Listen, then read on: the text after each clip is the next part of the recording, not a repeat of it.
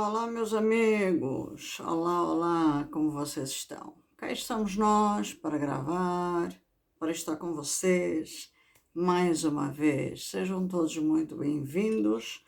Hoje, para contar a história, uma história fantástica. Num final de tarde, praticamente caminhando para um final de tarde. Não é tão final de tarde assim, se a gente for analisar. São praticamente 3 horas da tarde, 15 horas, mas um dia muito, muito frio aqui em Lisboa. Eu, pelo menos, estou morrendo de frio e gravando aqui pelo meu telemóvel, já que a longa história que eu vou contar é a história de um guerreiro. Um guerreiro que muito me emociona, um guerreiro no qual eu já tenho 2 vídeos no meu canal. Para ser mais exato, eu tenho um vídeo, uma live, que após este vídeo, que eu estarei contando mais uma vez a história dele, o conteúdo, o quadro que eu tenho aqui no meu canal, ou pelo menos o de hoje, é conhecido como Minha Triste História. No caso de hoje, é a história, a triste história, se é que a gente pode considerar a triste história, de Francisco Guedes. O título será um título sugestivo. Eu não vou considerar como Minha Triste História. Talvez eu até mude, em alguns casos, o título Minha Triste História. No caso, o título desta história será um título sugestivo, será um título para chamar a atenção das pessoas. Quando vocês terminarem de ver este vídeo, e que eu agradeço desde já, que vejam até o final, escutem bem a história de Francisco Guedes, por favor. Eu sei que muita gente já me segue, muitos são aqueles que basta entrar um vídeo meu e carinhosamente vão até o final. Agradeço muito. Agradeço a todos aqueles que estão dando o seu like, o seu gosto, compartilhando, assistindo, incentivando outros a assistirem. Obrigado. Mas não deixe mesmo de dar seu like, de compartilhar, de estimular, de ver. O canal precisa, eu também. Fique comigo, tá? E este quadro novo só estimula que outras pessoas contem as suas histórias. Portanto, todo aquele que quiser compartilhar a sua história aqui no meu canal, é muito simples, é fazer o que eu estou fazendo agora, contando, irei contar a história de Francisco Guedes. É só escrever para filomena.carreira@yahoo.com. Ok? Um beijo grande a todos e vamos lá. A história de Francisco Guedes é longa. Aqui no caso eu vou contar a história inicial da vida de Francisco Guedes. Juventude hipotecada, é assim que ele começa. Em dezembro de 1971, tinha eu concluído o curso de enfermagem em Luanda, quando sou convocado para o cumprimento do serviço militar. Obrigatório no exército português, tinha eu acabado de completar 20 anos de idade.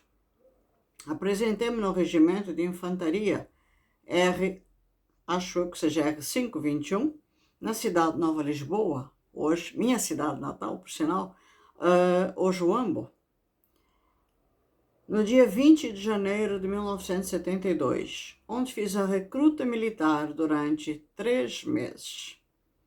Por ter sido disciplinado e aplicado durante os treinos, tendo classificação excelente no comportamento e no tiro ao alvo, fui condecorado durante o julgamento da bandeira e deram a possibilidade de escolher a especialidade. Como já tinha concluído o curso de enfermagem, escolhi a de enfermagem. Depois de cumprir os 15 dias de férias, fui transferido para o R5, deve ser a 20, o R520 em Luanda, e dias depois para o Hospital Militar, onde fiz o estágio por 3 meses. Concluído o estágio, fui transferido para o Grupo de Cavalaria número 1, Dragões, em Silva Porto. Silva Porto, para quem não sabe, eu acho que todos os angolanos sabem, está ali bem pertinho de Luanda, né? Por sinal, um lugar, para quem não conhece, para quem está indo para Angola, fica entre Luanda e Sumbi, vale a pena. Então, capital do Bié, e daí para a Companhia da Cavalaria, 1407, que ao abrigo dos acordos de madeireiros, havia sido transferida muito recentemente do Umpulo para Nhaera, ao norte de Andu. Se eu não falei direito, me perdoem. O Umpulo, que fica engavetado numa região do Longuyo-Bungo, no município de Munhango, era uma zona de intensos combates e, por isso, era considerado zona operacional. Porque ali, além de ser o bastião da UNITA, também operavam os outros dois movimentos. Libertação de Angola, MPLA e FNLA, que se degladiavam entre si. Portanto, no fundo, ali estavam os três movimentos degladiando. Portanto, eu estou contando a história de um ex-combatente angolano. Para quem está aqui me assistindo, que é brasileiro, que é estrangeiro, mas que passou por Angola ou não passou por Angola, porque eu sei que tem muitas pessoas na página que são brasileiras e muitos conhecem a história de Angola, e eu falo isso porque eu sei que eu tenho realmente. É um prazer vos ter na página. E esta é a história de uma pessoa que eu já contei a história atual, que no final desta história eu vou falar um pouco mais sobre o momento atual dele, mas aqui é o início da vida dele, tá? Para vocês entenderem. Por esta razão, os militares portugueses nesta companhia cumpriam somente 24 meses de serviço militar e era composta por soldados, cerca de 80%, vindo castigados de todo Portugal, com exceção dos especialistas. Os operadores dedicados à exploração de madeira, que era fértil naquela região, e acho que ainda é, começavam a ter inúmeras dificuldades nas suas atividades, que incentaram contactos com a UNITA e fizeram chegar a intenção ao comando da região leste, que era comandada então pelo general Bittencourt Rodrigues, através de um padre que creio chamava-se Horácio. Em 1972, foi assinado o acordado, deve ter sido o acordo, que ficou conhecido como Acordo do Madeireiros, passando a UNITA a ser um apêndice do exército português e passou posteriormente a guarnecer aquela região, travando o avanço das forças do MPLA e da FNLA. Já não fazia sentido, porém, a permanência da Companhia 1407, que era onde ele estava, naquela região, sendo por isso transferido para Nhaera, espero eu, Francisco, que está falando certo, mas mantendo o estatuto da zona operacional. Em 1973, o general Bittencourt Rodrigues foi substituído pelo brigadeiro Hipólito, que, não estando satisfeito com a situação que encontrou no terreno, decidiu pôr fim ao acordo e programou a Operação Castor, que teve início em fevereiro de 1974 e tinha como finalidade dizimar a UNITA. Participei na primeira operação, que decorreu em fevereiro na região de Onhungo, e fomos substituídos no princípio de março. Regressamos em abril, quando nas primeiras horas, mais ou menos à meia da manhã do dia 25, chega-nos em plena mata, através do meu pequeno receptor, que me foi oferecido no juramento da bandeira, os acontecimentos do golpe em Portugal. Tamanha foi a nossa alegria quando se anunciou a autodeterminação e independência das colônias. Portanto, o Francisco foi uma das pessoas que ficou muito feliz quando se deu a autodeterminação da independência das colônias, 25 de abril. Que começamos de imediato a criar grupos de resistência onde faziam parte os alferes Sachiambo e o Furriel Valdemar Pires Chindondo, ambos desaparecidos misteriosamente na Jamba. Regressados a Nanhera, desculpas, eu não estou pronunciando direito, já depois do cessar-fogo, assinado pela UNITA e Portugal, no bar do Chileia, numa brincadeira com um soldado da UNITA, a quem eu disse: se tivesse boa pontaria, me acertarias na testa. O homem sentiu-se tão ofendido que minutos depois, a porta da entrada ficou barrada com um soldado que me queria levar e tive que me invadir por uma janela do WC. Mesmo assim, foram até o quartel, chefiados pelo capitão Antunes, e pediram ao comandante da companhia, capitão Rodrigues, que eu lhes fosse entregue, que era para apresentarem ao Savimbi, o angolano, que era contra a independência, por ter feito aquele comentário. Estávamos no fim de agosto e fui proibido de sair do quartel para não correr o risco de ser capturado. No dia 24 de setembro, fui dispensado do serviço militar obrigatório e o primeiro sargento sugeriu que eu pedisse a readmissão. Meter o Chico, como se ousava dizer na época. Saí do quartel no porta-bagagens de um Colt 11 do chefe do posto administrativo da Gamba, em colaboração com o Furriel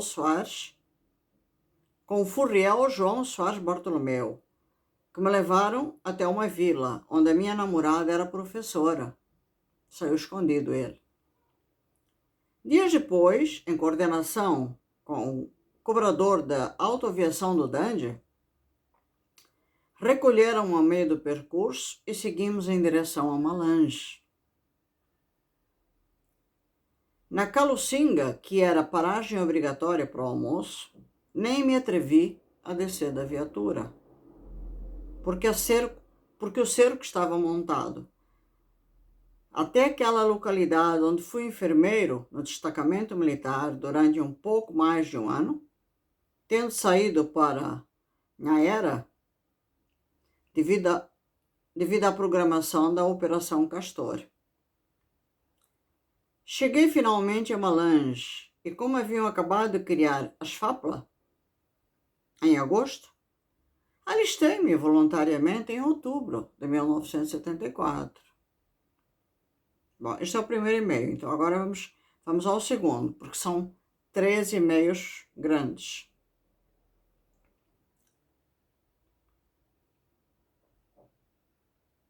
Deixa eu só aumentar. Aumenta mais um pouco. Aí ele entra numa segunda parte do e-mail também muito emocionante. Minha mãe tinha acabado de comprar na Robert Hudson, onde meu pai trabalhava como pintor alto, um caminhão da marca Ford 1110, azul e branco, matrícula sobre o número AAH 5336. Eu lembro até da marca, que coisa incrível. Detalhes assim que eu acho pitorescos na vida de uma pessoa, lembrar esses detalhes. Eu lembro da marca dos carros do meu pai tinha um Alfa Romeo, tinha uma BMW que chegou a levar para o Brasil. Um dia eu vou contar a minha história, eu estou prometendo para todo mundo. Minha mãe tinha um Fiat, mas se me perguntarem qual é a marca do carro do teu pai, a matrícula do carro do teu pai, não lembro. Eu acho isso incrível, né? A não ser que seja porque você tem a foto, de repente, do carro do teu pai, né? Eu convenci e inscrevia como militante do MPLA. Maluco. Eu convenci e inscrevia como militante do MPLA a colocar o meio ao serviço da pátria. E eu mesmo, conduzindo o veículo, mesmo desencartado, fiz 2 viagens, uma à Zâmbia e outra ao Lumbala, no Gimbo, transportando militares e material bélico. É amor à pátria. É amor a uma causa. Todo mundo sabe o que eu penso do MPLA. Mas eu chego lá. Só tirei a carta de condução em dezembro.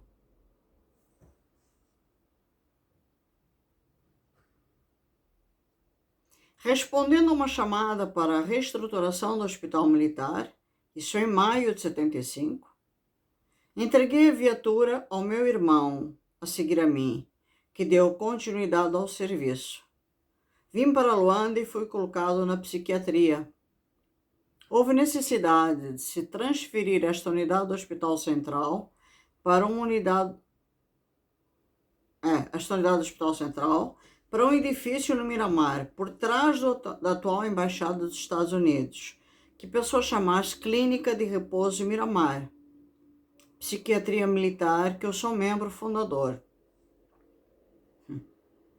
Quando cheguei em Luanda, passei a morar no quarto andar do edifício, que fica mesmo em frente do Hospital Militar, porque eu sou o sinônimo da pontualidade e não queria correr o risco de falhar com assiduidade. Isso facilitou uma presença no Largo 1º de Maio, no dia 11 de novembro de 1975, e ver ao vivo e a cores Agostinho Neto proclamar a independência de Angola. Alguém que lutou, alguém que esteve ali, perto de Agostinho Neto. Eu, como já conheço a história dele, ainda posso dizer mais, alguém que deu boleia a Agostinho Neto. Eu vou continuar a contar a história. Alguém que deu boleia. Ele aqui não conta esse pedaço, mas eu sei a história dele. Alguém que deu boleia. Alguém que deu a vida pela nação. Aqui é a história de quando ele era jovem.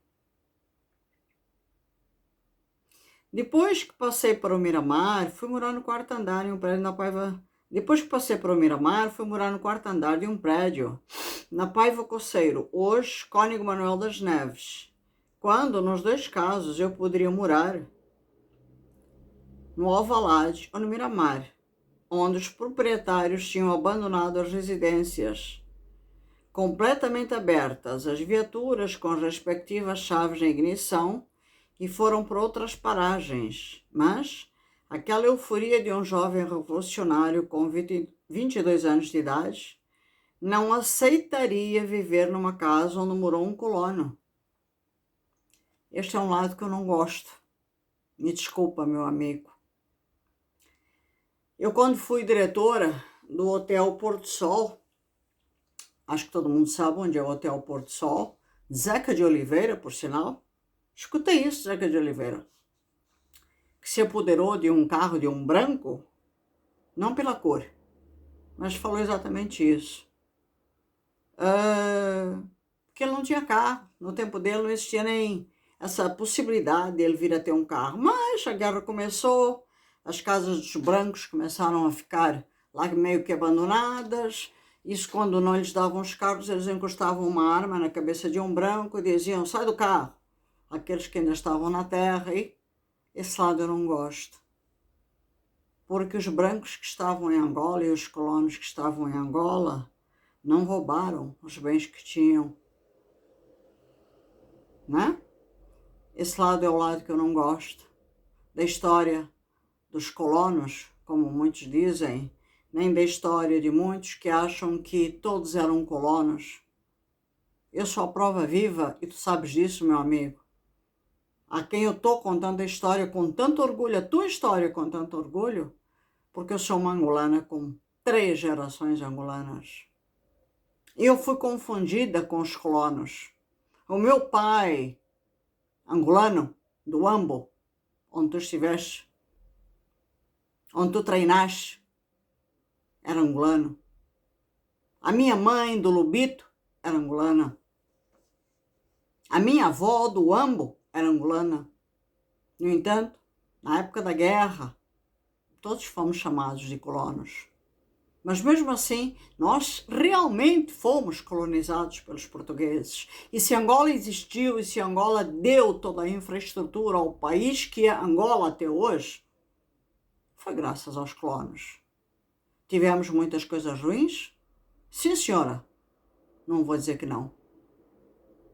Mas se Angola se manteve e teve a infraestrutura que teve para deixar para Agostinho Neto o país que deixou, foi graças aos colonos. E o que me deixa triste, e ainda posso dizer, me deixa muito triste, é que quando chegou a época da independência, onde muitos realmente ficaram alegres e deram um grito da liberdade, grito esse que hoje eu dou risada,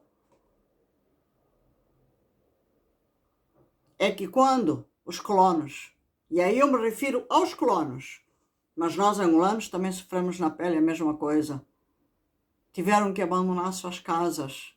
E eu vi a minha avó fazer isso. E muitos colonos tiveram que abandonar suas casas. Muitos foram os colonos também que morreram.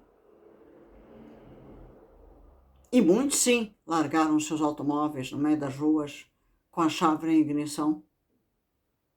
Muitas foram as pessoas que se apoderaram. Muitos foram os primitivos que se apoderaram, que não sabiam dirigir, que não sabiam nem pegar numa direção de carro. E pela primeira vez estavam vendo que era um carro. Isso é muito triste. E essa foi a dita liberdade que nós tivemos em Angola. Uma liberdade que não foi trabalhada, uma liberdade que acabou com Angola. Eu entrei com este refrão na tua história. De forma alguma foi para te massacrar, Francisco Guedes. Tu sabes o quanto eu te amo e eu vou explicar o porquê. Até as pessoas que estão assistindo o meu vídeo vão dizer, peraí, mas tu disseste que estás contando a história de um amigo. Tô. E quem assistiu a mais de 200 vídeos meus sabe o quanto eu amo o meu povo. O quanto eu respeito o meu povo. Eu iniciei este vídeo dizendo, eu tenho 2 vídeos de Francisco Guedes. Um é um vídeo, o outro é uma live que eu vou anexar a este vídeo. E, portanto, tem um porquê de eu estar falando isto. Eu admiro este homem. Porque este homem que eu estou contando a história é um ex-comandante das Forças Armadas. Mas continuemos. Deixa eu tirar um negócio aqui. Portanto, aquela euforia de um jovem revolucionário com 22 anos de idade não aceitaria viver, numa casa número 1 colono. Na perspectiva, queríamos ter casas novas e bonitas. Acreditei nas promessas que hoje nem no Zango consigo morar. Muito menos um pedaço de terra consigo legalizar. Isto é o que ele fala porque hoje ele atravessa problemas. Dá até a impressão que, quando o Agostinho Neto diz ao inimigo nem um pedaço da nossa terra, se referiu diretamente a mim. Em fevereiro de 1976, alistei-me também voluntariamente na Marinha de Guerra, onde fui um dos primeiros comandantes de navio. Fiz inúmeras linhas de vigilância ao presidente Agostinho Neto, que numa das vezes foi com a minha viatura pessoal que a comitiva presidencial regressou ao palácio. Durante o movimento de retificação em 78, recusei-me a pertencer à jovem MPLA, porque eu já era militante deste partido. Começando a partir daí o meu calvário, onde ele começou a ser perseguido. Por que será? Por que será? Por que será? Vira até música. Eu não associava este motivo às dificuldades que comecei a enfrentar, acreditando que fossem fases da vida. Soube bem pouco tempo depois que, por este motivo, simularam a necessidade de o meu navio subir ao plano inclinado para a revisão, só para me integrarem à comissão que iria criar as forças da Marinha no Conde Cubango. Fui para um período de 6 meses e acabei ficando no Cuito Cuanavala durante 6 anos, só saindo de lá devido a uma lesão contraída numa emboscada. no Baixo Longa, culminou por orientação da Comissão de Peritagem Médica Militar com a minha desvinculação parcial das Forças Armadas. É de recordar que minha mãe comprou em 76 a esposa de João Charula de Azevedo, fundador da revista Notícias, uma casa no bairro da Precol, que registrou em meu nome por ser o filho primogênito. E quase toda a família, por questões de segurança, se mudou para Luanda no mesmo ano. Quando eu regressei do Conde Cubango, fui à repartição de finanças do segundo bairro fiscal de Luanda para fazer o pagamento de imposto predial. E, surpreendentemente, a casa estava confiscada pelo Estado. Estamos falando de um comandante, tá? Alegando, a casa estava confiscada pelo Estado. Ele estava fora. E o Estado confiscou.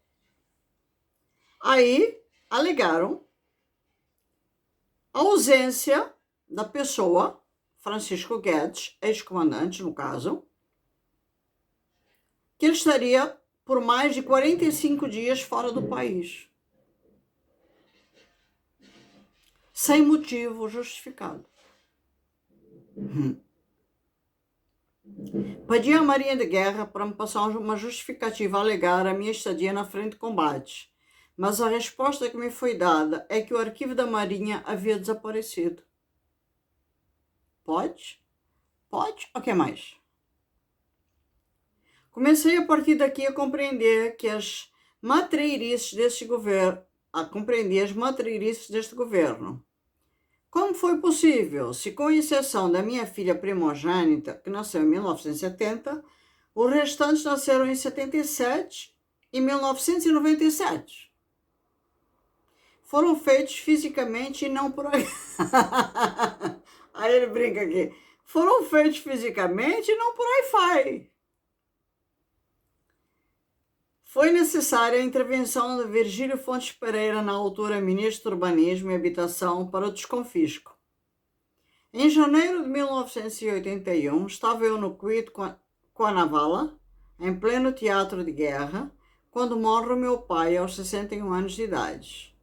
Eu tinha, na altura, 2 irmãos na Marinha de Guerra, um que trabalhava com bate-chapas nas oficinas navais, a meu pedido, e outro que era radiotelegrafista no navio onde eu era comandante, que foi lá parar, porque foi retirado das salas de aula compulsivamente aos 17 anos de idade e enviado para a tropa, sem o conhecimento da família. Isto é uma das histórias tristes para contar depois. Nenhum deles, mesmo estando na Marinha, conseguiu participar do falecimento do... Ele está se referindo aqui ao pai. Vamos ao terceiro e-mail.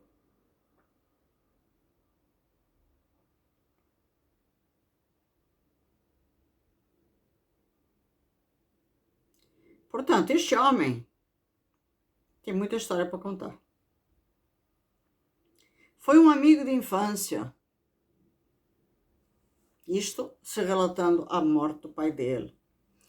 Foi um amigo de infância, mais de que um amigo. Era um irmão.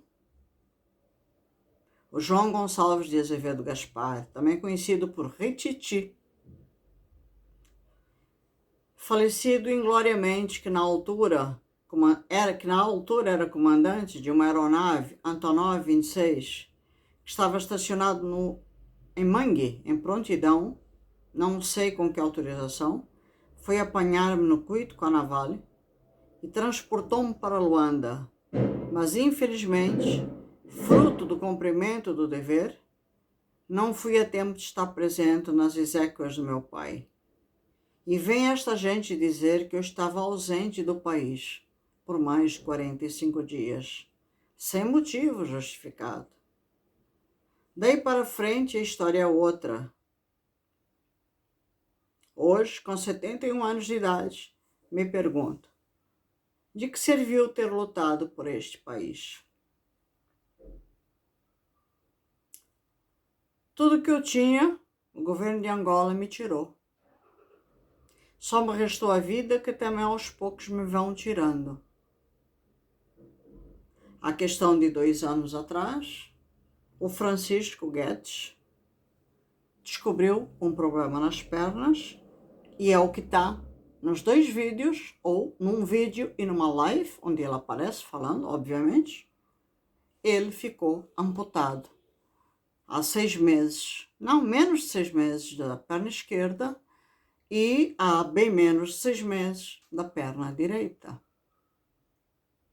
O Francisco Guedes, hoje amputado das suas 2 pernas, um ex-comandante de guerra, um ex-militante do MPLA, este senhor que eu acabei de contar a história, um homem que dedicou a vida dele à nação angolana, um homem que foi um ex-militante do MPLA, um homem que fez questão de morar ali perto do 1º de Maio, no Miramar, em tudo que foi lugar. Um homem que pegou o carro da mãe dele. Obrigou a mãe. Jesus, Francisco. Eu, quando li a tua história, eu falei, esse cara é maluco? Mas admirei-te. Eu juro, eu te admirei. Porque quando nós temos uma missão, quando nós temos um sonho, quando nós acreditamos em algo, nós somos capazes de tudo por aquilo que nós acreditamos. E ele tinha isso. Milhares de pessoas têm isso por algum motivo. Ele acreditou. E ele deu sua vida por Angola. Ele acreditou. Quando entrou no exército, quando se dedicou ao movimento que ele acreditou, chamado MPLA, quando se tornou um militante deste movimento, quando, desculpa o termo que eu vou usar, Francisco, quando fez uma certa chantagem com a mãe, pegou o carro da mãe e fez as piruetas com o carro da mãe, mas também transformou a mãe numa militante do MPLA, mas principalmente pegou o carro da mãe, né? Ele acreditou. Ele se doou de corpo e alma ao MPLA. E quantos foram os que não fizeram isso? Da velha guarda. E a grande questão, e eu falo isso como humanitária, porque hoje eu estou ao lado de Francisco Guedes. Houve um pequeno trecho que eu parei aqui para criticar, não ao Francisco Guedes diretamente, eu dei o exemplo do Hotel Porto Sol, onde eu fui diretora, e Zeca de Oliveira, que numa conversa pessoal comigo, falou sobre o facto dele parar pessoas na rua, mandar sair do carro e dizer, eu quero seu carro. O carro do colono. Sim, isto aconteceu. E eu fiquei horrorizada. Porque isto aconteceu. E ele fala, eu não queria isso. Ainda bem. Mas isto aconteceu. Assim como também aconteceu a alegria que ele demonstrou aqui quando ele disse que ficou feliz com a independência das colônias. Mas hoje, aos 71 anos de idade, amputado de suas 2 pernas. E tantos outros problemas que estão existindo na vida de Francisco, um deles é na justiça. Porque independente dele ter parado após aquela emboscada, onde deram baixa nele como militar, a vida do Francisco continuou. E o Francisco também se deparou com outros e outros problemas na vida dele. Problemas esses que estão rolando na justiça até hoje. Coisa que a gente sabe que em Angola, infelizmente, não se resolve tão facilmente. Mas o principal deles, que eu aqui tenho que questionar, depois de ficar amputado E aonde eu também já bati de frente no vídeo dele, que foi apresentado no canal, ao questionar a ministra Silvia Lutucuta, médicos, mas principalmente a ministra, onde cirurgia vascular e certos níveis de cirurgia não existem no país, e ele teve que ir para a África do Sul. Aí contraiu dívidas porque ele não tem condições financeiras ao ponto de pagar os hospitais da África do Sul. Ele precisou fazer um empréstimo e esse empréstimo não saiu por uma série de fatores. E, portanto, não posso me alongar demais, então o vídeo também vai ficar muito longo. Eu vos contei hoje o início da vida de um grande combatente. Um combatente que deu a vida por um país. Acreditou naquilo que milhões de pessoas de Angola, militantes do MPLA, acreditaram. E muitos jovens, ao olharem a cara de um José Eduardo Santos, ou terem olhado, hoje, ao olharem a cara de João Lourenço, ainda acreditam. MPLA, o implacável. Eu dou-vos o exemplo de Francisco Guedes, que termina dizendo: tudo que eu tinha, o governo de Angola me tirou. Só me restou a vida, que também aos poucos estão me tirando. Ele não tem duas pernas. E hoje, quando ele procura os ministérios em questão, como é o caso do Ministério da Saúde, ex-combatentes. Existia um quadro no Brasil, existe, que dizia: o professor Raimundo, salário desse tamanho. A vida do Francisco, desse tamanho.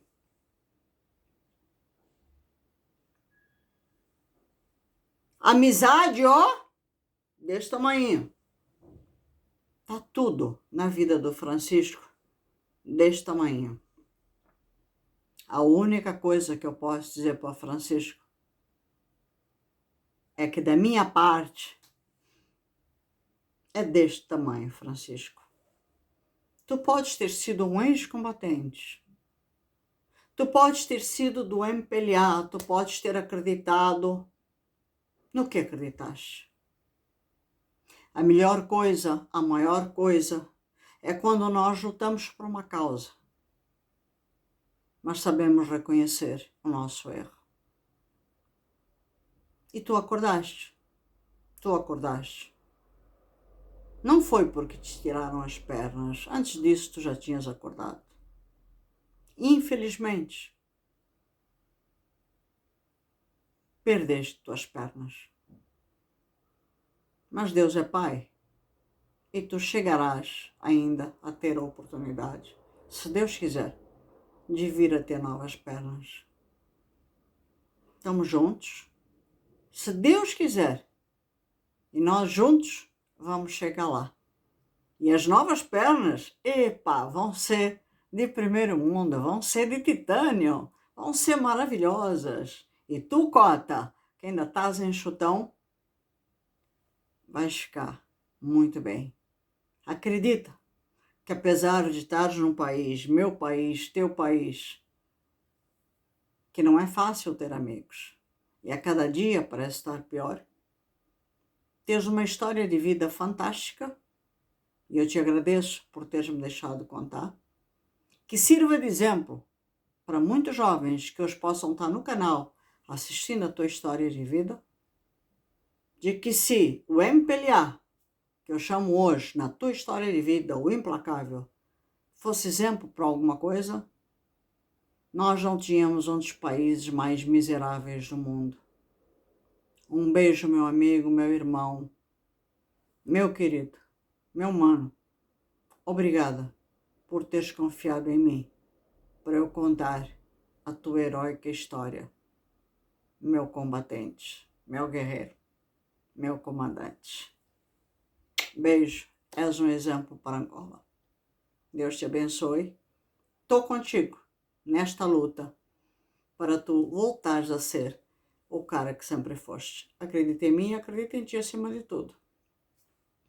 Juntos. Até o próximo vídeo.